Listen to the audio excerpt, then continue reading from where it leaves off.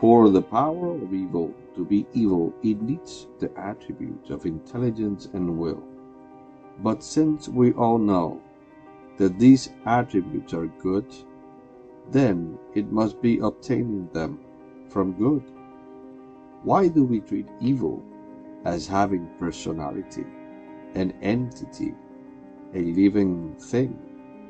Why do we talk about it independently from human responsibility? Evil cannot manifest itself without a channel, without an instrument. Can you see or touch evil? You can only see the effects of evil, but you cannot see evil as an entity. When we accuse God of pain, disease, crime, war, cruelty, and abuse, we are accusing ourselves. Not that we are God, but that evil manifests itself through us. Murder, cruelty, war, abuse are not manifested from nothing. They are manifested from us. Evil is our doing.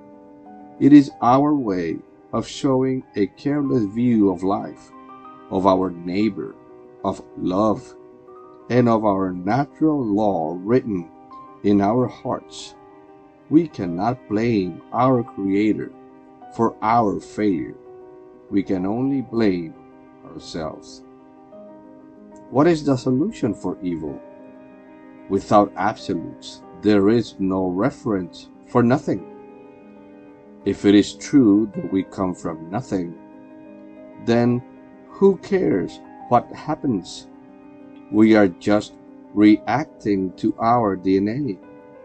There is no such thing as guilt. We are not responsible of our acts. We are just responding to our nature. Can you see what type of world we would live in without absolutes? Can you imagine a world with no fixed standards for nothing? Who defines the word evil then?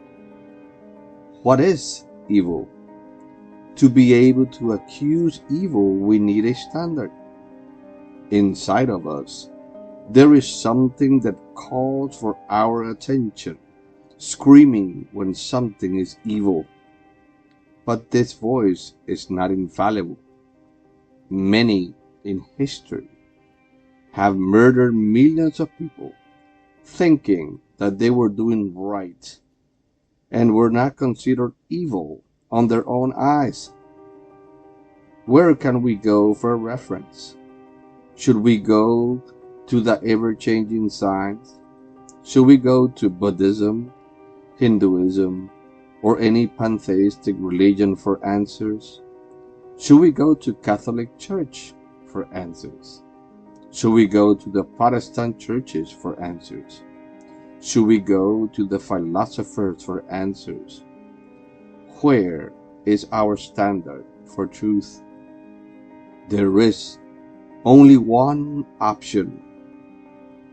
There is only one person that has fulfilled prophecy in detail, that has proven that God is involved in His creation, that has shown the maximum evidence of love manifested in the torturing cross. Jesus is our only absolute reference for truth. I am not talking or inventing a God. I am not talking about a created God, a God created by philosophers or scholars. I am talking about the God that designed the ceremonial procedures in the Old Testament that pointed towards Jesus' sacrifice in the cross. There is no one on earth that can design such a system and on top of that, fulfill prophecy. Jesus Christ is the only option, and He is manifested clearly in detail in Scripture, in the Bible. Read it. It might do good to you.